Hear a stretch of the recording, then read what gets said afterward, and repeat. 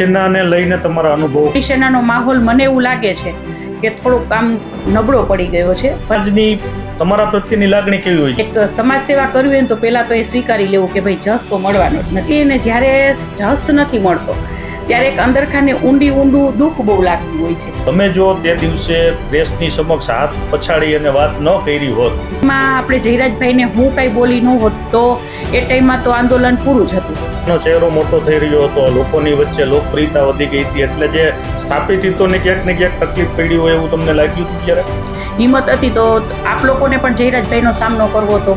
મેં તો કોઈને રોક્યા નથી, અમે કરીએ છીએ, છતાંય અમારા ફેમિલીને નથી મૂકવામાં આવતું કે અમે લોકોનું સારું કરતા હોઈએ છીએ. બીજેપી પૈસા ઘરે બેસવાના ના આપે. ભારતીય જનતા પાર્ટીને મત ન આપવા જોઈએ એવી અપીલ કરી હતી, તો એ હજી રંજ છે મગજમાં? ત્યાં તો બેનો દીકરીઓનો એક ઉપયોગ કરી અને રાજકારણ આવી ગયું. અમે અંદર તમારી રણનીતિ કયા પ્રકારની હશે? આમાં બીજેપી પાર્ટીને હકીકતમાં ધૂળ ચાટતી કરવી હોય તો એની સામે ગુંડા જ ઉભા રાખવા જોઈએ. ધારાસભાની અંદર પદ્મિનીબા જોવા મળશે અને 100% હું ધારાસભામાં જોવા મળીશ. ટિકિટ આપવામાં આવે તો તમે અત્યારે તમારા મગજમાં 1, 2, 3 એવી કઈ બેઠક છે કે એમાંથી તમે ચૂંટણી લડો? મારી ગોંડલની જ છે. તો તમારી રણનીતિ શું રહે ગોંડલમાં ચૂંટણી લડો તો? મારી હું નહીં અત્યારે કહું. એ બેન જયરાજસિંહનો ગઢ રહ્યું છે. તમે ગોંડલ ઉપર શા માટે પસંદગી તમારી તમે પહેલા ક્રમાંકે ગોંડલને મૂકો છો? આખા જે કઈ આ રીતે કેસ થતા હોય છે એમાં પોલીસ તંત્રની ભૂમિકા કેવી હોય? તો ભાઈ એવું કઈ છે જ નહીં કે ખાલી કહેવામાં આવે છે કે ભાઈ સત્ય ના ત્યાં તો અન્યાય. સમાજ સેવાના માધ્યમથી આપણે લોકોનું વધારે સારું કરી શકીએ, લોક કલ્યાણનું કામ કરી શકીએ કે રાજનીતિના માધ્યમથી? તો સત્તા આપણા હાથમાં હોય અને તો વધારે આપણે કહીએ ને તો સારા કાર્ય થઈ શકે.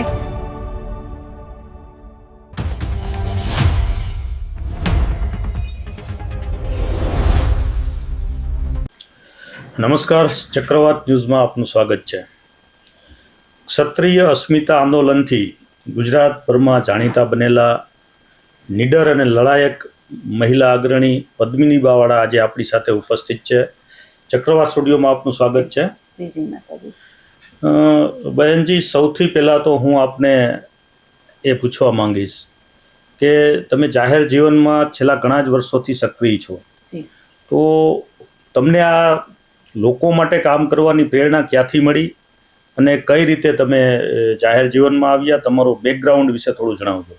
જી, પહેલા તો આપને કહી દઉં કે જે આંદોલન દરમિયાન મારો ચહેરો એક આક્રમકતા વાળો દેખાડ્યો છે, પણ એ હું ચોખવટ કરી દઉં કે આક્રમકતા તો એવા વિષય ઉપર આવે છે કે જે વિષય એવો હોય છે.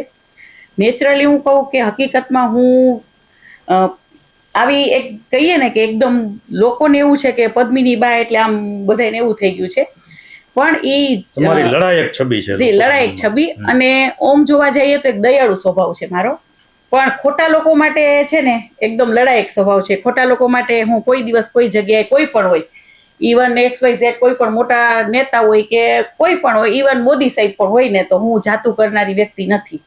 એટલે છેલ્લા 18 વર્ષથી ક્ષત્રિય સમાજમાં એક અમારે બહેનોનું એક નોર્મલી ગ્રુપ અમે બનાવ્યું એમ. અને એક જોવા જઈએ તો ક્ષત્રિય સમાજ નહીં પણ કોઈ પણ સમાજમાં ક્યાંક ને ક્યાંક સ્ત્રીઓ માનસિક પીડાતી હોય, ઘરેલું હિંસાથી પીડાતી હોય. તો ત્યારે જ એક બનાવ બન્યો હતો રેલનગરમાં કે એક બેનને એવી રીતના સળગાવી દેવામાં આવ્યા હતા. ત્યારથી થોડુંક અમે એક સ્ટેન્ડ લીધું હતું કે કોઈ દિવસ કોઈ પણ સ્ત્રી સુસાઇડ તો ન જ કરે. બરાબર. બસ એક સુસાઇડના રસ્તે ન જાય. ભલે સુખ દુઃખ બધાના જીવનમાં હોય છે, પણ સુસાઇડના રસ્તે રોકવા માટે થઈ અને અમે છેલ્લા 18 વર્ષથી એક સુસાઇડ ન થાય અને એક છૂટાછેડા ન થાય એના માટે અમે 18 વર્ષથી બહેનો દીકરીઓને પગભર કરવા, સર્વનિર્ભર, પોતાના જાત ઉપર ઊભા રહે, નિર્ભર રહે. એટલે એવા બધા ઘણા બધા પ્રયાસો કે છેલ્લા 18 વર્ષથી અમે કરી રહ્યા છીએ. એટલે ત્યારથી એક મારી શરૂઆત થઈ અને ગામડે કહીએ ને તો ગામડે અમે ફર્યા છીએ કે કોઈ પણ બેન દીકરી કોઈ પણ રીતે હેરાન હોય તો એક અડધી રાતે એમનો ફોન આવતો હોય તો અમે ત્યાં પહોંચી જતા હોઈએ છીએ. એટલે એવું નથી કે ભાઈ આ ક્ષત્રિય આંદોલન થયું અને ત્યારથી જ મારો ચહેરો એક ક્ષત્રાણી તરીકે એક અમે મીડિયામાં નહોતા. એક મર્યાદા, એક તો હું એવું નથી સમજતી, પણ એક ટાઈમ પ્રમાણે અપડેટ થવું પણ જરૂરી છે. પણ ત્યારે મને એટલું બધું એવું નહોતું લાગ્યું, એટલે ત્યારે મેં કોઈ એવા વિડીયોઝ કે અને એક સ્વાભાવિક છે કે ફેમિલી મેટર હોય અથવા કોઈ પણ બેન દીકરીની કોઈ એવી મેટર હોય તો મીડિયા સામે ન લઈ આવી જોઈએ. એટલે પડદા પાછળ અમે ઘણા બધા કામ કર્યા છે અને ખાસ કરીને ગ્રાઉન્ડ લેવલે અમે ઘણા કામ કર્યા છે. ઘણીવાર કોઈ પણ સમાજની બેન દીકરી નાની વયની હોય છે તો પોતે ભૂલ કરી બેસતા હોય છે કે એક એવું પગલું ભરી લેતા હોય છે કે બાયકાસ્ટના દીકરા સાથે વયા જતા હોય છે, તો એને પણ અમે એક સમજાવી અને સારા રસ્તે કે ભાઈ આપણે મમ્મી પપ્પા કે એમ જ કરવું જોઈએ, એક એટલે એવા બેનો દીકરીઓને સમજાવી અને પાછા લઈ આવેલા છીએ. એ પણ લગભગ પોલીસ સ્ટેશનમાં ખ્યાલ છે બધાને. એટલે અમે આવા બધા કામો કર્યા છે અને એને લગભગ મારે તો 18 વર્ષ થઈ ગયા. બધાનો સપોર્ટ છે મને, મારા ફેમિલી સાસરા પક્ષથી. અને એક કહીએ ને કે ફેમિલીનો સપોર્ટ ન હોય તો આપણે ક્યાંય પણ એક ડગ પણ માંડી નથી શકતા, કામ ન કરી શકીએ. જી જી. એટલે જાહેર જીવનની અંદર તો તમારે સમયનું યોગદાન પણ એટલું જ આપવું પડે. એટલે પરિવારને પણ ક્યાંક ને ક્યાંક તમારી જે સામાજિક સેવાની પ્રવૃત્તિ હોય એમાં પરિવાર પણ ક્યારેક ડિસ્ટર્બ થતો હોય, આવું બની શકે. એટલે ખાસ કરીને પરિવાર તરફથી જેટલો સહકાર મળે એટલું તમે કામ સારું કરી શકો. તો તમારા માટે તમને જે પ્રેરણા મળી પિયર પક્ષ તરફથી અને તમારા સાસરા પક્ષ તરફથી પણ તમને સારું પ્રોત્સાહન મળી રહ્યું છે તમારા ફેમિલી તરફથી, એ ખૂબ સારી વાત છે. હવે તમે સમાજ સેવામાં જે બહેનો માટે થઈને ખાસ કરીને કામ કરી રહ્યા છો કે જે ઘરેલું હિંસા જે અત્યારે કોમન પ્રશ્ન છે આખા દેશની અંદર, કારણ કે આપણો દેશ છે એ પિતૃસત્તાક અથવા તો પિતૃપ્રધાન દેશ છે. કહેવાય કે એની માનસિકતા જે પુરુષ પ્રધાન હોય છે પિતૃસત્તાક હોવાને કારણે. જે માતૃસત્તાક એ કલ્ચર દ્રવિડિયનોમાં હતું, તો એ કલ્ચર અત્યારે નથી. એટલે જનરલી પુરુષ પ્રધાન જે સમાજની માનસિકતા છે એમાં બહેનોને ક્યાંક ને ક્યાંક સહન કરવાનું આવે છે. એટલે આવા પ્રશ્નો તમારી સામે આવતા હશે તો એમાં તમે કયા પ્રકારે કામ કરો છો, શું એમાં તમારી કામગીરી હોય છે? એ તો હું ઘણી જગ્યાએ જોતી હોઉં છું કે સ્ત્રી આગળ આવતી હોય છે તો ખાસ કરીને પુરુષોને ઓછું ગમતું હોય છે, એક સ્વીકારી નથી શકતા. પણ એક 21મી સદી ચાલે છે અને સ્ત્રી ધારે એ કરી શકે છે. એટલે ઘણા બધા વિરોધ મારા થતા હોય છે, પણ મારે તો એક સારું કામ જ કરવું હોય છે. અને શું કામ સ્ત્રી પણ ન આગળ આવી શકે અને સ્ત્રી પણ શું કામ ન કરી શકે, એ પોતાની મર્યાદા લઈ સાથે તો શું કામ એ આગળ ન આવી શકે. એટલે જે કરતા હોય છે, જે વિરોધ કરતા હોય છે કે કંઈ પણ હોય છે, તો હું એ પાછું વળી નથી જોતી. પણ જે આવડત છે કોઈ પણ સ્ત્રી, મારામાં નહીં, હું તો આ માધ્યમ દ્વારા બહેનો દીકરીઓને કહેવા માંગુ છું કે હંમેશા પોતાના પગભર રહેજો. અને હંમેશા એવું નથી, બોલવાવાળાને તો વાતો જ કરવાની છે, લોકોનું કામ છે વાતો કરવાનું, તો આપણે આગળ આવવાનું જ છે. અને હું તો એ રીતે આગળ વધી રહી છું. જી બેન, તમે કરણી સેના સાથે પણ સામાજિક કાર્યની અંદર સક્રિય હતા, તો કરણી સેનાને લઈને તમારા અનુભવો કેવા રહ્યા? અત્યારે ગુજરાતમાં શું કરણી સેનાની પરિસ્થિતિ છે અને ભૂતકાળમાં કરણી સેના દ્વારા જે આંદોલનો કરવામાં આવતા હતા ત્યારે શું પરિસ્થિતિ હતી? કરણી સેનામાં હું ફર્સ્ટ ટાઈમ તો આપણે મોટાભાઈ જેપીભાઈ જ્યારે હતા એ ટાઈમમાંથી હું ઇન્વોલ્વ થઈ કરણી સેનામાં. અને એ ટાઈમમાં બહેનો દીકરીઓની રાસ ગરબા કે બહેનો દીકરીઓ શાંતિથી કોઈ પણ સંકોચ વિના કરાવતા હતા. અને ગ્રાઉન્ડ લેવલે કોઈ પણ પ્રશ્ન હોય એનો એક કહીએ ને કે 24 કલાકમાં તો એનું રિઝલ્ટ આવી જતું હતું. અને અત્યારનો ટાઈમ છે તો કરણી સેનાનો માહોલ મને એવું લાગે છે કે થોડોક આમ નબળો પડી ગયો છે. ભલે બીજી કરણી સેના આપણે અત્યારે હું રાજશેખરભાઈ સાથે જોડાયેલું છું અને ક્યાંક ને ક્યાંક અમને મોટા ભાઈની ખોટ વર્તાતી હોય છે જેપીભાઈની, કે ના ક્યાંક ને ક્યાંક ભાઈ હતા ત્યારે રિઝલ્ટ 100% આવી જતું. જી, કરણી સેના એક બેન સામાજિક સંગઠન છે, ખાસ કરીને ક્ષત્રિય સમાજ અને 18 વર્ણોના પ્રશ્નો માટે કામ કરે છે. તો સમાજના કામ કરવા દરમિયાન તમે તમારા તન મન ધન, આપણે કહીએ છીએ કે આપણે દરેક રીતે સમાજ માટે થઈ અને આપણે સમર્પિત ભાવે કામ કરતા હોઈએ છીએ, તો સમાજની તમારા પ્રત્યેની લાગણી કેવી હોય છે, એમાં તમારો અનુભવ કેવો છે? જો આમાં તો એવું છે કે સમાજ સેવા કરવી બહુ અઘરી છે, આપણે માનીએ એટલું સહેલું નથી. અને એક સમાજ સેવા કરવી હોય ને તો પહેલાં તો એ સ્વીકારી લેવું કે ભાઈ જસ તો મળવાનો જ નથી, ભૂલી જવાનું કે જસ નહીં મળે તો જ સમાજ સેવા કરવાની. જે કરતા હશે એ લોકોને ખ્યાલ હશે. અને ગ્રાઉન્ડ લેવલે કરવું ને કે કોઈ મીડિયામાં ના આપવું, બરાબર, તમે તમારા ઘરથી કેટલા ખર્ચા કરી રહ્યા છો એ કોઈને દેખાવ ન કરવો. આપને લગભગ ખ્યાલ હશે કે અમુક લોકો કાંઈ જ કરતા નથી હોતા, ન્યૂઝપેપરમાં એટલું બધું છપાવી દેતા હોય છે કે અમે તો આ કર્યું, પણ એમાં એ કાંઈ હોતું જ નથી. અને અમે લોકો એવું નથી કે ભાઈ જાતે વખાણ કરીએ, પણ ક્યારેક તો કેવું પડતું હોય છે, જો અમે બોલશું નહીં તો લોકોને ખ્યાલ કેમ આવશે. એટલે અમે તો અમારા ઘરે કદાચ 500 રૂપિયા હોય ને તો એમાંથી 250 રૂપિયા અમે સમાજના માટે અમે વાપર્યા છે. એટલે ઓલું કહીને કે ભાઈ ઘડીકની નવરાશ નહીં, પૈની પેદાશ નહીં.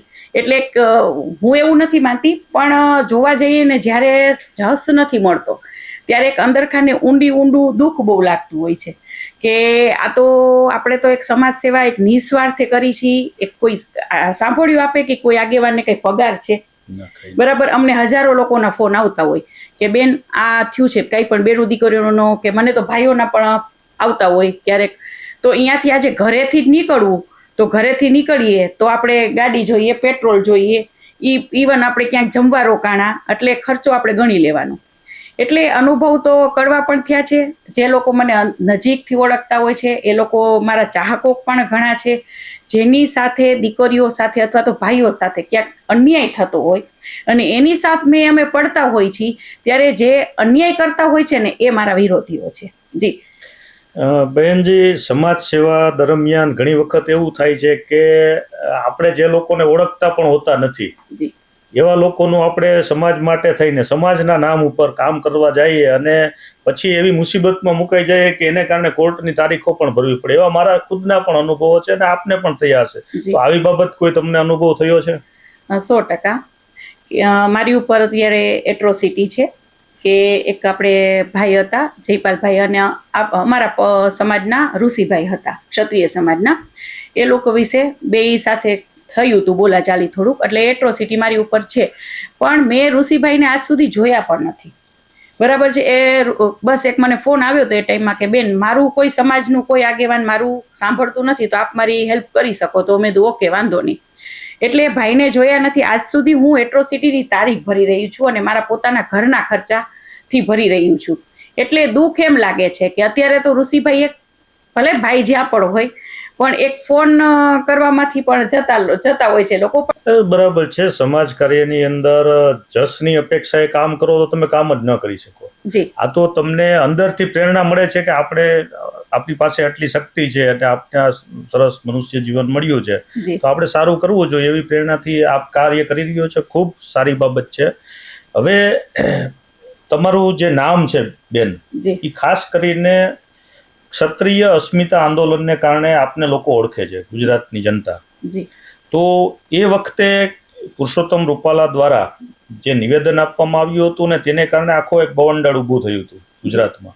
તો એ વખતની પરિસ્થિતિ કેવી હતી? તમે કઈ રીતે એની સાથે એ આંદોલનમાં જોડાયા, અથવા તો તમારા દ્વારા જે આંદોલન ઊભું થયું એમ પણ કહી શકાય. તમે જો તે દિવસે પ્રેસની સમક્ષ હાથ પછાડી અને વાત ન કરી હોત, જે વાત તમે જે નિવેદનની સામે તમે જો નિવેદન ન આપ્યું હોત, તો એ આંદોલન મને લાગે છે કે એટલી ગુજરાતભરમાં જે મોટી લેવલ ઉપર જે વ્યાપક સ્વરૂપમાં ફેલાયું હતું એ ન થયું હોત. તો એના વિશેના તમારા અનુભવ, કઈ રીતે તમે એની સાથે જોડાયા અને આખા આંદોલન દરમિયાન તમારા અનુભવો કેવા રહ્યા? આંદોલનમાં એવું હતું કે જે રૂપાલા સાહેબ બોલ્યા એ વિડીયો એકદમ વાયરલ થયો અને ફટાફટ મારે તો શું સમાજના ઘણા બધા ગ્રુપ છે અને ઘણા બધા ભાઈઓના બહેનોના ફોન ચાલુ થઈ ગયા કે બેન આવી રીતના છે, અને એમ ચર્ચા થવા માંડી સમાજમાં કે ભાઈ આવું છે. એટલે એક ત્યારથી જ એક બસ નક્કી કરી લીધું કે આ તો બહુ ખોટું કહેવાય રૂપાલા સાહેબ જે બોલ્યા. એટલે બસ પછી થોડું ઘણું ચાલ્યું, પણ આપને ખ્યાલ હશે કે પછી આવી ગયું બધું જયરાજભાઈ ઉપર, એક સમાધાનની મેટર આવી ગઈ કે ભાઈ ત્યાં રૂપાલા સાહેબ ગયા અને ત્યાંથી જ એક સમાધાન કરી દેવામાં આવવાનું હતું કે ભાઈ જયરાજભાઈ કે એટલે એ વાત એમ કે બધું પૂરું થઈ જાય. પણ જયરાજભાઈ અને મારે કોઈ પર્સનલી દુશ્મન છે નહીં. જયરાજભાઈ પણ મને બહુ સારી રીતના ઓળખે છે, હું પણ ભાઈને બહુ સારી રીતના ઓળખું છું. પણ એક બહેનો દીકરીઓ તરીકે જયરાજભાઈ તરફથી જે પણ એ હતું, ભલે એમની જે પણ વિચારધારા હશે, પણ એક બહેનો દીકરીઓનું જ્યારે વાત આવી હતી ને ભાઈએ સપોર્ટ નહોતો કર્યો તો બહુ દુઃખ લાગ્યું હતું. મને નહીં પણ સમાજના ઘણા બધા બહેનો દીકરીઓ એ ટાઈમમાં બોલતા હતા કે, અને જો એ ટાઈમમાં આપણે જયરાજભાઈને હું કાંઈ બોલી ન હોત તો એ ટાઈમમાં તો આંદોલન પૂરું જ હતું.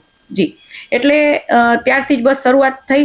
અને શરૂઆત થઈ પછી ધીમે ધીમે એક વેગ પકડ્યું અને મેં ઘણું બધું આમ એમ થઈ ગયું હતું કે ના આવું તો ન જોવું જોઈએ. પછી થોડુંક અનશન મેં કર્યું હતું અને એટલે પછી ધીમે ધીમે અમે તડકામાં પણ નીકળ્યા અને એવો પ્રચાર પણ કર્યો કે ભાઈ રૂપાલા સાહેબને વોટ નહીં, ઘણું બધું એમ. અને મારી આખી ટીમ હતી બહેનો દીકરીઓની, અને ખાસ કરી અને ક્ષત્રિય સમાજની નહીં પણ અન્ય સમાજના જે બહેનો દીકરીઓના અમે કામ કર્યા હતા ને એ પણ એ ટાઈમમાં સપોર્ટમાં આવ્યા હતા. અને ઘણા બધા ભાઈઓ અન્ય સમાજના એ પણ આપણા સપોર્ટમાં આવ્યા હતા.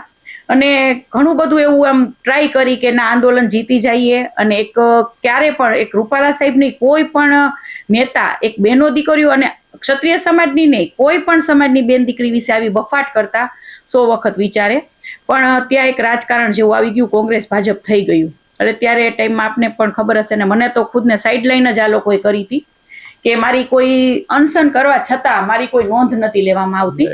એવું બની શકે કે પદ્મિનીબા છે એનો ચહેરો મોટો થઈ રહ્યો હતો, લોકોની વચ્ચે લોકપ્રિયતા વધી ગઈ હતી, એટલે જે સ્થાપિત હિતો હોય સમાજના, સમાજમાં જે વર્ષોથી સ્થાપિત દરેક સમાજમાં હોય એ સ્થાપિત હિતોને ક્યાંક ને ક્યાંક તકલીફ પડી હોય એવું તમને લાગ્યું હતું ત્યારે? ઘણી બધી બધાઈને લોકોને તકલીફ પડી હતી કે પદ્મિનીબાનું નામ મોટું થઈ જશે ને પદ્મિનીબા, પણ તો પછી અનશન બધાઈને કરવું હતું, બોલવું હતું પણ જયરાજભાઈ સાથે સામે બધાઈને. મેં તો ક્યાં કોઈને રોક્યા હતા? મેં તો કોઈને રોક્યા નથી. એટલે આવડત હોય અને આગળ વધતા હોય એટલે ઘણા બધાઈને પેટમાં તે રેડાતું હોય છે. એટલે એવું બધું હતું. એટલે સાઇડલાઇન એટલે એવું નહોતું કે આખા સમાજ તો મારી સાથે હતો, ક્ષત્રિય સમાજ મારી સાથે હતો, પણ આગેવાનો જે હતા એ આગેવાનોનું રાજકારણ જ આખું અલગ હતું કે એક આંદોલન ઠંડુ પાડવા આવ્યા હોય એવું લાગતું હતું. નહીતર એ કહીએ કે ભાઈ પેલા વ્યક્તિગત વિરોધ હતો, પછી બીજેપી કોંગ્રેસ થઈ ગયું.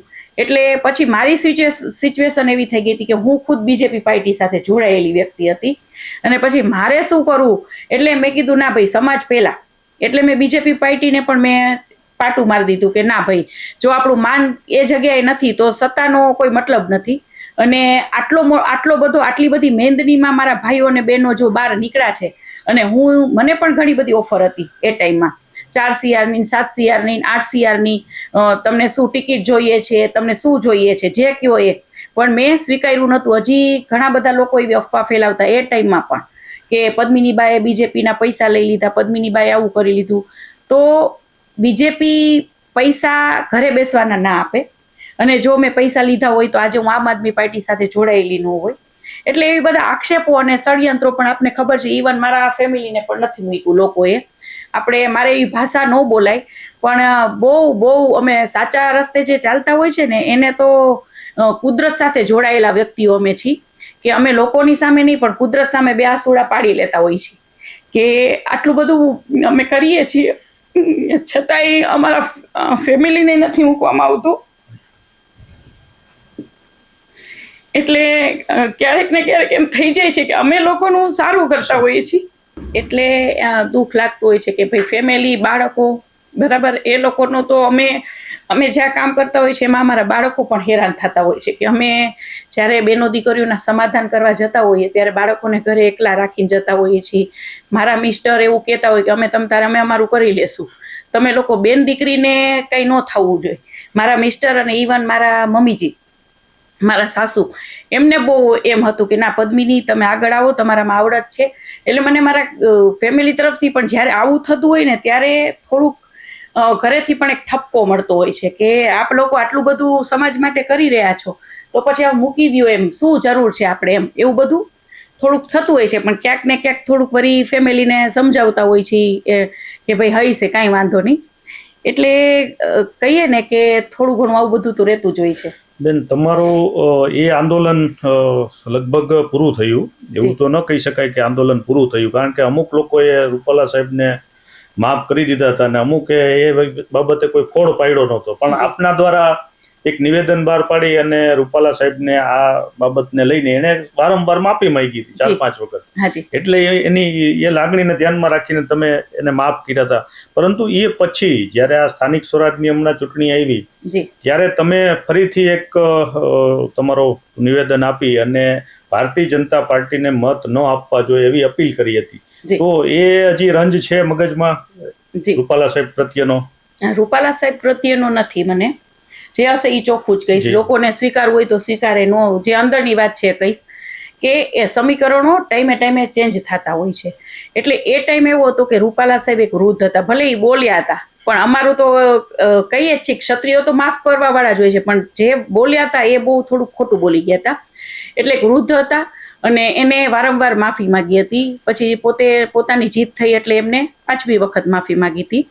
તો પછી એમ થયું કે ના ભાઈ, ક્યાંક ને ક્યાંક હવે માફ આપણે કરી દેવા જોઈએ. પણ અત્યારે જે થયું, આપે મને કીધું કે ચૂંટણી દરમિયાન ત્યારે એમને બીજેપી પાર્ટીએ એમને પણ રાજકારણની રીતે જોવા જઈએ ને તો એ બધું હતું, રાજકારણમાં તો હોય એમ. એટલે બીજેપી પાર્ટીએ એમને સમર્થન આપી દીધું.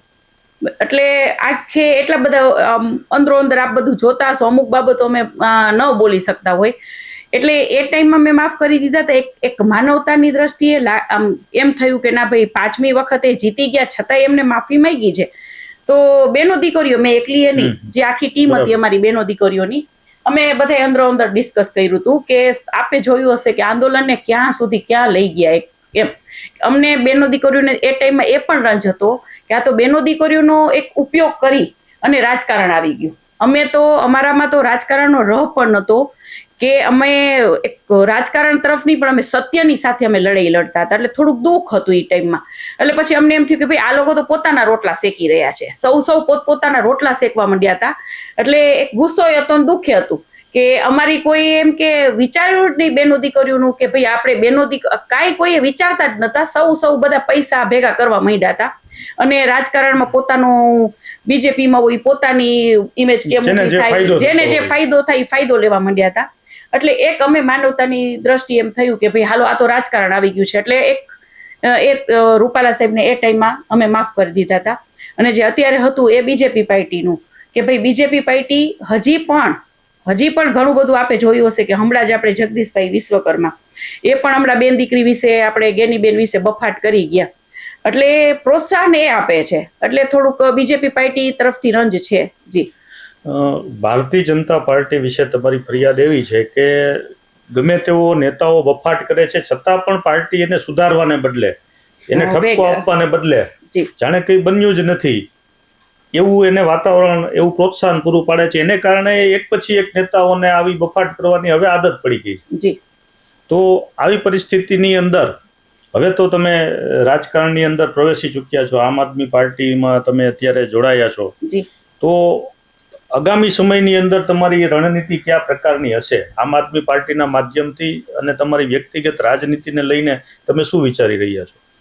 આપ જોઈ રહ્યા છો કે બીજેપી પાર્ટી જે છે એ બેનો દીકરીઓનું જ્યારે આવે છે ને ત્યારે પણ આમ નોંધ નથી લેતી કે ભાઈ આવું બેનો દીકરીઓ સાથે ન કરવું. પટેલ સમાજ, આપણા સમાજમાં પણ બેન દીકરીનું ફૂલેકું નીકાળ્યું હતું.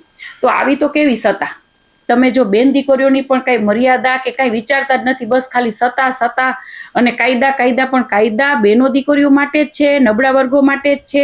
બરાબર. તો એવા તો ઘણા બધા બીજેપી પાર્ટી સાથે ગુંડા જોડાયેલા છે અને જે નેતા હોય છે એ પણ ગુંડાની હરોળમાં છે, પણ કોઈ બોલતા નથી. એટલે અમારી જે આમ આદમી પાર્ટી, બરાબર, એમાં જે પણ રણનીતિ, મારું વ્યક્તિગત હું કહું છું કે હવે જે આ ચૂંટણી ગઈ ત્યારે અમારે એવું હતું અમારે કે ભાઈ એક સામાન્ય માણસને ટિકિટ મળતી, અને એક સામાન્ય માણસ કહીએ ને કે સાવ સામાન્ય, એમ કે એનામાં કાંઈ બીજું હોય જ નહીં. પણ હું તો મારું વ્યક્તિગત કહું ને કે જો બીજેપી પાર્ટીને હકીકતમાં ધૂળ ચાટતી કરવી હોય તો એની સામે ગુંડા જ ઊભા રાખવા જોઈએ. કે ભાઈ ગુંડા એટલે કેવા ગુંડા? ક્રાંતિકારી ગુંડા. બરાબર. આ લોકોની જેમ કે આપ જોતા હશો કે પડાવી લે એવા ગુંડા નહીં. અત્યારે ક્રાંતિકારી અમે ગુંડા જ છીએ, અમને ગુંડા જ કેમ કે અમે સાચા ખોટા માણસો સામે અમે પડતા હોય એટલે અમારા ઉપર પણ ઘણું બધું ષડયંત્ર થતું હોય છે. એટલે એવી રીતે એની સામે ઊભા રાખો, માથા ભારે માણસો ઊભા રાખો કે ભાઈ કોઈને ડર ન હોય, કોઈથી ડરતા ન હોય. અને આ લોકો તો આપને ખબર હશે કે ગુજરાતમાં દારૂબંધી પણ ક્યાંય દેખાતી નથી. દારૂબંધી તો એ લોકોના ફૂલે કાંઈ નથી નીકળતા. બરાબર. અને ઘણા એમ કે કહીને કે ભાઈ રીચ માણસો હોય એ લોકોના છોકરાઓ પણ ઘણી બધી દાદાગીરી કરતા હોય છે, તો એ લોકોના પણ ફૂલેકા નથી નીકળતા. ખાલી આ લોકો દબંગગીરી અહીંયા દેખાડે છે સામાન્ય માણસ સાથે. ઓલા રેકડી વાળા વિડીયો જોતા હશો કે બેનો હોય છે એમાં, તો એવાને એમ આમ પકડીને આમ બેસાડી દે, આમ દબંગગીરી એવી દેખાડે કે અમે શું મોટા કામ કરી રહ્યા છીએ. એટલે બીજેપી પાર્ટીનો જે કહીએ ને કે એ જે મને તો ગમતું જ નથી કે એમાં રૂપિયાવાળા માણસોને લેવામાં આવે છે. અને 2 નંબરના ધંધા કરતા હોય છે એને લેવામાં આવે છે. શું કામ? કે એમની પાસે રૂપિયો હોય છે. અને સાચા માણસો હોય છે, ક્રાંતિકારી માણસો હોય છે, એ કાંઈ 2 નંબરના ધંધા નથી કરતા હોતા. અને એ લોકો સત્યની સાથે રહેવાવાળા વ્યક્તિઓ છે. એટલે સત્ય સાથે અને મુંહતોડ જવાબ આપી શકે એવા લોકો એની સામે હવે ઊભા કરવા જોઈએ. જી, કે ઘણીવાર એવું બને છે કે સંસ્કારની વાતો બહુ સારી લાગે છે, એમ કે ભાઈ માથે ઓઢી લેવું અને સારું સારું, સમાજને ગમે એવું, લોકોને ગમે એવું, ધીમું ધીમું બોલવું, એવું લોકોને વધારે પસંદ હોય છે કે ભાઈ બહુ સારી સારી ચીપી ચીપીને ભાષામાં બોલવું. અને મારા જેવા એક કડવાને લીમડો કડવો હોય છે પણ લાભદાયક હોય છે, એના લાભ ઘણા હોય છે. એટલે સમાજ માટે છે ને, હું જ્યારે પણ બોલતી હોઉં છું ને ત્યારે ક્યાંક ને ક્યાંક સમાજ અને લોકોના હિત માટે બોલતી હોઉં છું. ભલે હું બધાને કડવી લાગતી હોય છું, પણ જ્યારે સારી ભાષામાં, મીઠી મીઠી ભાષામાં બોલવું કે ના આપણે સારા લાગીએ છીએ ને સમાજ જાય ભાડમાં, સમાજનું જે થવું હોય, આપણે પબ્લિસિટી મળી જાય, આપણે સંસ્કારિક દેખાઈ ગયા, એ બધું ઘણું બધું હોય છે. એટલે હું એમાં નથી માનતી. અને બીજું કે કરણી સેના, બરાબર છે, કરણી સેનામાં આપણે મોટા ભાઈ જેપીભાઈ, એટલે એક કહીને કે ભાઈ એક એવા પવિત્ર વ્યક્તિ છે. અને સમાજને કહીએ ને તો 40 વર્ષથી મોટા ભાઈએ સેવા આપેલી છે સમાજ માટે. અને મોટા ભાઈ એક એવા વ્યક્તિ હતા કે એના માટે એવું નહોતું કે ભાઈ બેનો દીકરીઓને શું કામ અમારી સાથે ઊભું રહેવું જોઈએ. એક બેનો દીકરીઓને પ્રોત્સાહન આપવા વાળા વ્યક્તિ હતા. તો એક અમારા ગ્રુપમાં જે પણ બેનો દીકરીઓ હતું તો ભાઈનું બહુ માન કે ના ભાઈ તો આપણે આગળ આવવાનું કે છે. બીજા બધા અમુક જેન્ટ્સ હોય ને એમ કે ભાઈ બેનો દીકરીઓનું શું કામ છે, બેનો દીકરીઓને ક્યાં બહાર નીકળવાની જરૂર હતી. પણ એવું નથી હોતું. સમાજ પ્રેમી ભાઈ 40 વર્ષ સમાજને આપ્યા. એટલે કહીએ ને કે ભાઈ એક ભૂલ જ ન કહી શકીએ, એક આક્ષેપ કહી શકાય. અને એ પણ વાત આ સાથે હું આપને એક કહી દઉં કે ભાઈ મને અનિરુદ્ધભાઈ, આપણે રીબડા મોટા ભાઈથી, એનાથી પણ મને કઈ વાંધો નથી, પણ હું જે પણ કહું છું એ સત્ય કહીશ કે અનિરુદ્ધભાઈ માથે પણ એક હની ટ્રેપનો આક્ષેપ છે. આપને ખ્યાલ હશે, એ જે પણ હોય, સત્ય હોય અસત્ય હોય, પણ એમની પાસે રૂપિયો છે, અઢળક રૂપિયો છે. એટલે એ જ સમાજ એ જ આક્ષેપ ત્યાં અનિરુદ્ધભાઈના પ્રોત્સાહનમાં ગયા, એમને મદદ કરવા ગયા. તો આ એક સમાજને લોકોની કેવી વિચારધારા કે ભાઈ છે કે હું છું તો અમે છીએ ભાઈ, ખાતા પીતા ઘરના છીએ, અમારી પાસે અરબો કે ખરબો રૂપિયા નથી, એટલે અમારી તો ટીકા કરવામાં કઈ બાકી જ ન રાખી. પણ હું તો એને આવા લોકોને પાટા મારીને, મને મોઢે તો કહેતા જ નથી, મોઢે કે તો આપણે ખબર પડે, પણ આવા લોકોને હું પાટા મારી દઉં, આવાનું મને કઈ ફેરે નથી પડતો. પણ આ હકીકતની વાસ્તવિકતા કે જ્યાં રૂપિયો હોય છે ને, એ લોકો ગમે એવા ગુના કરે, ગમે એવું કરે તો એનું સમાજ સ્વીકારી લે છે. ઘોડી ઉપર બેસાડીને એનું સન્માન કરતા હોય છે. એવા લોકોની પણ ઘણી બધી, એટલે અનિરુદ્ધભાઈનું નથી કહેતી, પણ અમુક લોકોનું કહું છું, સમાજના અમુક એવા આગેવાનો હોય છે કે જેની ક્લિપો વાયરલ થઈ હોય છે. સાચી હોય ખોટી હોય, આમાં તો ભાઈ બધું થતું હોય, આમાં તો ષડયંત્ર પણ કરવામાં આવતા હોય. પણ ખાલી રૂપિયા છે ને, કરોડો રૂપિયા હોય ને, એટલે એને તમે ઘોડી ઉપર બેસાડીને હાર પહેરાવો, એની કોઈ ભૂલ સમાજને દેખાતી જ નથી. ભૂલ તો અમારા જેવાની દેખાય, કુદરતની દયા છે. પણ અરબો રૂપિયાને 2 નંબરના ધંધા નથી કર્યા, નહીંતર તો અમારે બંગલા બંધાઈ ગયા હોત. અને હવે તો મને અફસોસ થાય છે કે કદાચ એવા હની ટ્રેપ તો એવા તો ન કરવા જોઈએ. ભગવાને કુંવર જેવા 2 દીકરા આપ્યા છે. મારે એવી જરૂરી નથી કે હું રાજકારણમાં આવું કે સમાજ સેવા કરું, પણ એક પહેલેથી જ એક સ્વભાવ રહ્યો છે કે લોકોની વચ્ચે કંઈક કરીને જવું છે, લોકોનું કામ કરવું છે, નાના માણસોને સાંભળવા છે, પારખવા છે. એની જે અંદરની ઓલી જે છે કે આજે રેકડીઓને ધક્કા દઈને બહેનોને ધક્કા દઈ દે છે આ બીજેપી પાર્ટી, આજે બહેનો દીકરીઓને આપણે આ ચૂંટણીમાં જોયું હશે કે ધક્કા મારીને ધકેલી દે છે. એ લોકો બહેનો દીકરીઓની વાતો કરતા હોય છે. એટલે ઘણું બધું એવું છે. એટલે આવું બધું કરશું આગળ જતા. જી બેન, રાજનીતિ અત્યારે આમ જોઈએ તો એટલી બધી નિમ્ન કક્ષાએ જતી રહી છે કે એમાં પૈસાથી સત્તા અને સત્તાથી પૈસાનો આ ખેલ બની ગયો છે. હવે તમે કીધું એમ ભારતીય જનતા પાર્ટી પાસે તો બહુ પૈસાવાળા લોકો છે, અથવા તો એની ખુદની પાસે 10,000 કરોડ ઉપર તો પાર્ટીનું ખુદનું ભંડોળ છે. દરેક ગામની અંદર તમે જોશો મહેલ જેવા એની પાસે કાર્યાલયો છે. તો એની સામે કઈ રીતે પૈસા વગર તમારી પાર્ટી અથવા તો તમે મુકાબલો કરી શકશો? અને હું એવું કહી શકું કે આગામી ધારાસભાની અંદર પદ્મિનીબા જોવા મળશે? જી, લોકો અને પાર્ટી ઈચ્છશે તો 100% આપણે તો કામ કરવા માટે જ નીકળ્યા છીએ, અને 100% હું ધારાસભામાં જોવા મળીશ. પણ આપે જેમ કહ્યું કે કેવી રીતે એ લોકોની સામે એક સત્ય અને સામાન્ય માણસને તો આ લોકો ઉપર છે. અને અત્યારે પણ ભલે પણ એ લોકો ક્યાંક ને ક્યાંક તો કંઈક ખોટું કરી જ રહ્યા છે કે અવારનવાર આપે જોયું હશે ચૂંટણી પહેલાનો માહોલ કે પબ્લિક એટલી બધી ત્રાહીમાં બીજેપી પાર્ટીથી થઈ ગઈ છે, પણ પૈસા કહીને 2 પૈસાની લાલચમાં લોકો ક્યાંક ને ક્યાંક જરૂરિયાતમંદ આપણે એમ કહીએ કે ભાઈ સામાન્ય માણસોને પૈસાનું લાલચ આપી અને ફોડી લેતા હોય છે. એટલે એવા બધા એ લોકો કહીને સામ દામ દંડ ભેદ બધું એ લોકો કરે છે. એટલે ક્યાંક ને ક્યાંક રિઝલ્ટ નથી આવતું, પણ હંમેશા સત્યની જીત હોય છે. એટલે જે ઓલું કહીએ ને કે આ એકદમ ફુગાવો છે બીજેપી પાર્ટી છે ને એકદમ પડશે, એકદમ સેકન્ડમાં પડી જશે એવો ટાઈમ બહુ નજીક છે, બહુ દૂર નથી. એટલે એની સામે એવા સરસ અમે લોકો પણ એવા સામે ઊભા રાખીશું અને મને પણ લોકચાહના હું કામ કરીશ અને મને મળશે. અને મેં હવેના કામ જે છે એ લોકો વચ્ચે પહેલાં પણ હું કરતી હતી અને અત્યારે પણ લોકો વચ્ચે બિનસ્વાર્થ અને એક કહીએ ને કોઈથી ડર્યા વગર કોઈ પણ હોય ખોટા કામ જ્યાં થતા હશે ત્યાં અમે સામે ઊભા રહેશું. બેનજી, આપને આમ આદમી પાર્ટી તરફથી ચૂંટણી લડવા માટે થઈ અને ટિકિટ આપવામાં આવે તો તમે અત્યારે તમારા મગજમાં 1, 2, 3 એવી કઈ બેઠક છે કે એમાંથી તમે ચૂંટણી લડો? પહેલી તો બેઠક મારી ગોંડલની જ છે કે ગોંડલથી મને ટિકિટ આપે તો હું 100% ગોંડલથી ચૂંટણી લડીશ. ઘણી બધી જગ્યાએ એવી છે, મને સામેથી એવું કહે છે, મેં નથી વિચાર્યું પણ સામેથી એમ કહેતા હોય છે. ઉત્તર ગુજરાત છે, બનાસકાંઠા છે, બરાબર છે, રાજકોટ પણ છે, કેમ કે મેં રાજકોટમાં પણ કામ કર્યું છે. એટલે જ્યાંથી મને પાર્ટી ટિકિટ આપશે ત્યાંથી હું લડીશ. ખાસ કરીને ગોંડલની તમારી જે પસંદગી છે, જી, તો જો આપને કઈ રીતે ગોંડલ સાનુકૂળ લાગે છે? તમારું કોઈ ત્યાં કાર્યક્ષેત્ર કે તમારી કોઈ ત્યાં તમારું વાવેતર છે આ પહેલા, અથવા તો તમારી રણનીતિ શું રહી ગોંડલમાં ચૂંટણી લડો તો તમે ક્યાં આધારે ગોંડલ ઉપર પસંદગી ઉતારો છો? ગોંડલના જે આજુબાજુના ગામડા છે ત્યાં ઘણા બધા બહેનો દીકરીઓને પગભર પણ કર્યા છે અને બહેનો દીકરીઓને ઘણી જગ્યાએ ત્રાસ હોય. હું કોઈ પણ બેન દીકરીને તકલીફ પડે એટલે નામ કે કોઈ પણ નહીં બોલું, પણ એ બધા જે ગામડાના બહેનો દીકરીઓ છે એ ખૂબ જ મારી નજીક છે, ઇવન ભાઈઓ પણ છે.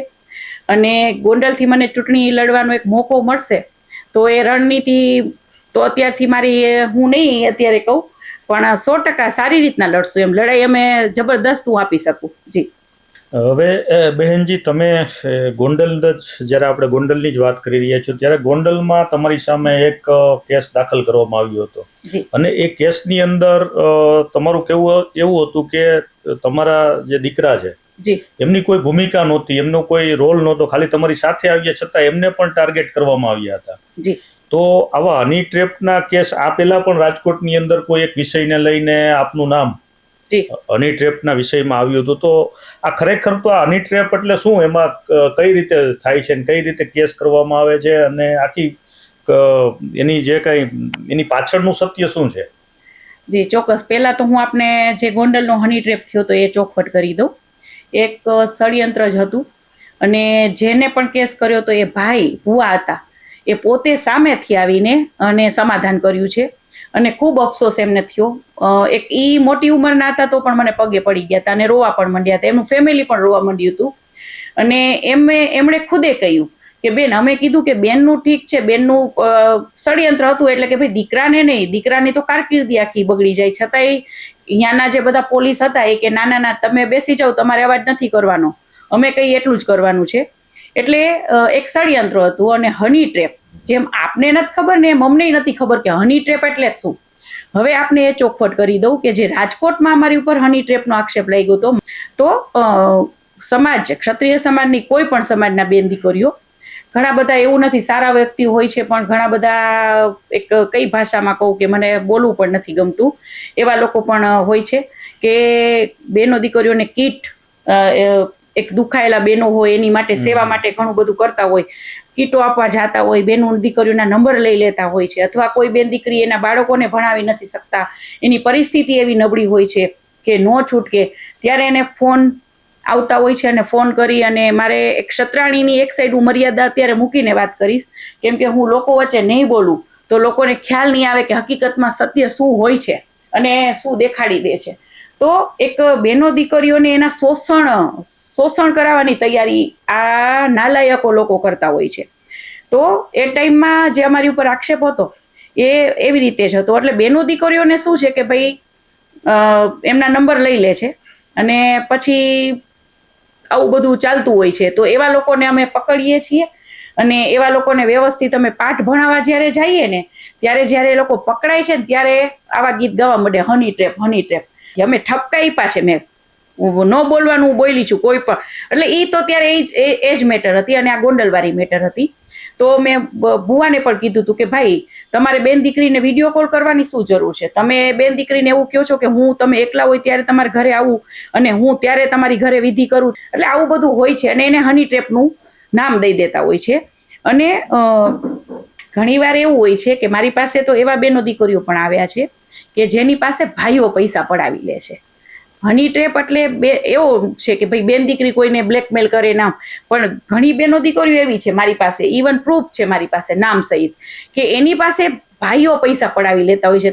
કે આવા જેન્ટ્સ છે ને એ લોકોને પાણીમાં ડૂબી મરવું જોઈએ. કે તમારે કમાવાની તેવડ ન હોય ને તો કોઈ બેનો દીકરીઓને લાગણીમાં લઈ અને એને ફસાવાનું બંધ કરો. એવા ખાનદાનમાંથી આવેલા છીએ કે અમારે આ બધી કંઈ કરવાની જરૂર છે નહીં. કુદરતની દયા છે કે અમે આવા ધંધા કરી અને 2 પૈસા કમાઈએ અમે નથી.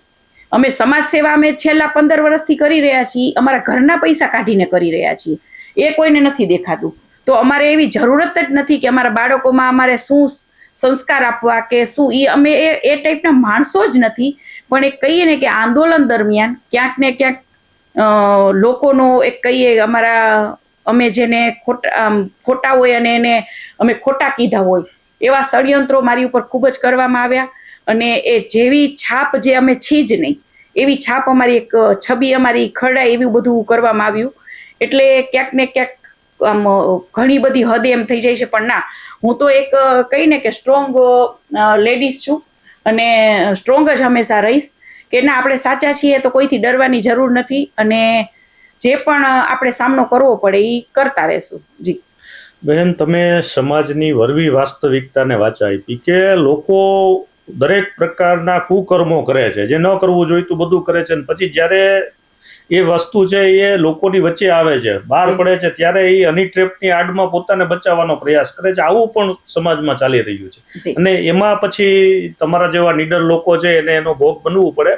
આવું પણ એક પણ પાસું છે અને ઘણા બધા લોકો ખરેખર આવું કરતા પણ હોય છે. આ બંને પાસા છે. આપણે એવું ન કહી શકીએ કે એવું થતું જ નથી, પણ કમસે કમ તમારા કિસ્સાની અંદર આખો વિષય અલગ છે અને અલગ રીતે એને રાજકીય કે સામાજિક ષડયંત્રના ભાગરૂપે તમારી સામે મૂકવામાં આવ્યો છે. એટલે કે ઉલટાનું ચોર કોટવાલને દંડે એના જેવી આ પરિસ્થિતિનું નિર્માણ થતું હોય છે. અને આ આખા જે કઈ આ રીતે કેસ થતા હોય છે એમાં પોલીસ તંત્રની ભૂમિકા કેવી હોય, તમારો જે અનુભવ છે એના આધારે? ના, પોલીસ તંત્ર તો અત્યાર સુધીમાં તો મારે એક જ કેસ હતો અને એટ્રોસિટી છે એ પણ સમાજ માટે. એટલે એમાં તો કોઈ ઠીક છે, પણ આમાં તો પોલીસની ભૂમિકા કંઈ મને દેખાણી એટલે એવી કે અમને ખોટું જ એ લખે ને. ગોંડલમાં તો હકીકતમાં એવું જ છે કે એ લખે ને એ જ સાચું. એ કાંઈ કોઈને બોલવાનો મારો ખુદનો અનુભવ છે કે મેં ખુદે વાંચ્યું તો એમાં બધું ઊંધું જ લખી નાખ્યું. એટલે અહીંયા તો ગોંડલમાં તો ભાઈ એવું કાંઈ છે જ નહીં કે ખાલી કહેવામાં આવે છે કે ભાઈ સત્ય. ના, ત્યાં તો અન્યાય જ થાય છે, કેમ કે મારો પણ અનુભવ થઈ ગયો છે. અને બીજું એક આપને હું કહીશ કે જે પણ આંદોલનમાં ઘણા બધા અમારા ક્ષત્રિય સમાજના દીકરીઓ સુસાઇડ કરી લેતા, કેમ કે એક ક્ષત્રિય સમાજ એટલે એક મર્યાદાવાળો સમાજ અને ખાસ કરીને બેનો દીકરીઓને એક કહીએ ને કે બહાર ન નીકળવું. અને અમારા સમાજના ભાઈઓને આ માધ્યમ દ્વારા થોડું ગમશે નહીં, પણ હું તો કડવી છું અને ટાઈમ પ્રમાણે તો ભાઈ બધું કહીશું નહીં તો સમાજમાં પણ સુધારો નહીં આવે. એટલે ક્ષત્રિય સમાજમાં વ્યસન, હવે તો જો કે આપ પણ નો ઓલું સમજતા દરેક સમાજમાં વ્યસન થઈ ગયું છે. એટલે વ્યસન. પદ્મિનીબા, તમે આજે જે વાત કરી છે એના આધારે તમારી એક અલગ જ પાસું બહાર આવ્યું છે લોકોની સામે કે તમે તો ઓલરેડી 15-20 વર્ષથી બહેનો દીકરીઓ માટે થઈ અને જજુમી રહ્યા છો, કામ કરી રહ્યા છો. લોકોને એવું લાગે છે કે તમે ક્ષત્રિય અસ્મિતા આંદોલનથી જ જાહેર જીવનમાં આવ્યા, પણ તમે જે વાત કરી તો મને પણ ખબર નહોતી કે તમે અને એના ભાગરૂપે જ આ બધા પ્રકારના પ્રશ્નોનો તમારે સામનો કરવાનો આવે છે. પરંતુ હવે તમે એક નવી દિશામાં જઈ રહ્યા છો બેન. તમે રાજકીય પાર્ટીમાં સામેલ થયા છો અને હવે પછી તમને શું લાગે છે કે સમાજ સેવાના માધ્યમથી આપણે લોકોનું વધારે સારું કરી શકીએ, લોક કલ્યાણનું કામ કરી શકીએ કે રાજનીતિના માધ્યમથી કરી શકીએ? જોવા જઈએ તો એક સત્તા આપણા હાથમાં હોય અને તો વધારે એક આપણે કહીએ ને તો સારા કાર્ય થઈ શકે. સત્તા હોય તો આપણે બે કાર્ય વધારે કરી શકીએ. અને સમાજના માધ્યમથી તો મને બહુ કડવો અનુભવ થઈ ગયો છે. પેલી તો એક એટ્રોસિટી છે કે નહીતર ભલે હું તો મારા ખર્ચે જ બધી કરું છું, પણ ત્યારે કેમ કોઈ સમાજના આગેવાનો અથવા એવા કોઈ 5 ભાઈઓ ના આવ્યા કે બેન તમે જે દીકરાને ઓળખતા નથી એની માટે જે પણ ઈ પાસ હશે તમે બસ એનું સ્ટેન્ડ લઈ લીધું તો અમે તમારી માટે બેઠા છીએ. હું ખાલી એક મારે એવું કાંઈ છે નહીં, પણ હું ખાલી એક સમાજનું જે મને અંદરથી ઓળું છે એ કાંઈ કોઈને ગણતરી નથી કરવી કે ભાઈ ના બેને તો સમાજના દીકરા માટે કર્યું ને જે પણ. અને ક્યાંક ને ક્યાંક આપણે રાજકારણમાં આવીએ અને સર્વ સમાજ મારી માટે તો પહેલેથી જ એવું નથી કે મેં મારા ક્ષત્રિય સમાજ માટે કામ કર્યું છે, બીજા સમાજના બેનો દીકરીઓ માટે પણ મેં કામ કર્યું છે, બીજા સમાજના ભાઈઓ માટે પણ મેં કામ કર્યું છે. એટલે સર્વ સમાજ માટે હું કંઈક કરી શકું અને ઘણા બધા એક સુધારા લઈ આવવાની જરૂર છે અને ઘણું બધો ફેરફાર કરવાની જરૂર છે. તો એ એક સત્તા અને રાજકારણમાં આવીએ તો થોડુંક સારું રહે. જી હવે તમારી પાસે ગુજરાતની અંદર રાજનીતિમાં આવવા માટે થઈ અને ઘણા બધા વિકલ્પ હતા. તમે શરૂઆતમાં ભારતીય જનતા પાર્ટી સાથે સામેલ થયા જી અને આંદોલન પછી તમારો ભારતીય જનતા પાર્ટી સાથે મોહભંગ થયો અને તમે આમ આદમી પાર્ટી સાથે જોડાયા. તો આમ આદમી પાર્ટી પસંદ કરવા પાછળનું કારણ શું? આમ આદમી પાર્ટી એક સામાન્ય માણસની પાર્ટી છે અને ક્રાંતિકારી પાર્ટી છે કે ભાઈ અસત્યની સામે ઝઝૂમી રહી છે કે જ્યાં ખોટું થાય છે. તો મને એ થોડુંક યોગ્ય લાગ્યું અને આમ આદમી પાર્ટી સાથે જોડાણી. અને બીજેપી પાર્ટીમાં હું જોડાણી તો બેનો દીકરીઓના લીધે જ જોડાણ. એટલે બેનો દીકરી એ તરફથી ઓફર મને બેનો તરફથી જ આવી હતી કે ના પદ્મિની બા તમારા જેવા અમને બેન બીજેપી પાર્ટીમાં જોઈએ છીએ કે જે બહેનોનો અવાજ બને અને બહેનો માટે આપ કરો જ છો. તો જો આપને સત્તા મળશે તો આપ વધારે. અને હું એ પણ કહું છું કે બીજેપી પાર્ટીમાં જે બહેનો છે ને એ પણ બીજેપી પાર્ટીના અમુક લોકોથી કંટાળેલા છે પણ બોલતા નથી કોઈ. એટલે એ ટાઈમમાં બહેનો મને કહેતા હતા કે બેન હવે આપ આવી ગયા છો ને તો અમને હિંમત આવી ગઈ છે. જી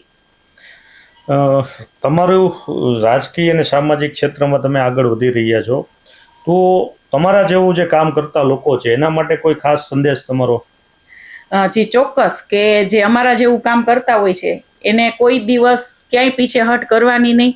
આપણે કુદરત સાથે જોડાયેલા છીએ કેમ કે આપણે કુદરતને સાથે લઈને અમારા જેવા હાલતા હોય છે કે ભાઈ કુદરત જોવે છે. અમે બીજા બધા જે બોલતા હોય જે પણ કરતા હોય અમને કાંઈ ફેર આપણે પડવો જોઈએ નહીં. કેમ કે એ તો લોકો છે, લોકોનું કામ છે વાતું કરવાની, સાચી ખોટી સાંભળવી ન સાંભળવી, જોયું ન જોયું. અને સારા માણસો અમને સારા કે ખરાબ માણસો અમને ખરાબ કે. એટલે આપણા જેવાને અમારા જેવાને તો કંઈ ફેર પડવો જ ન જોઈએ.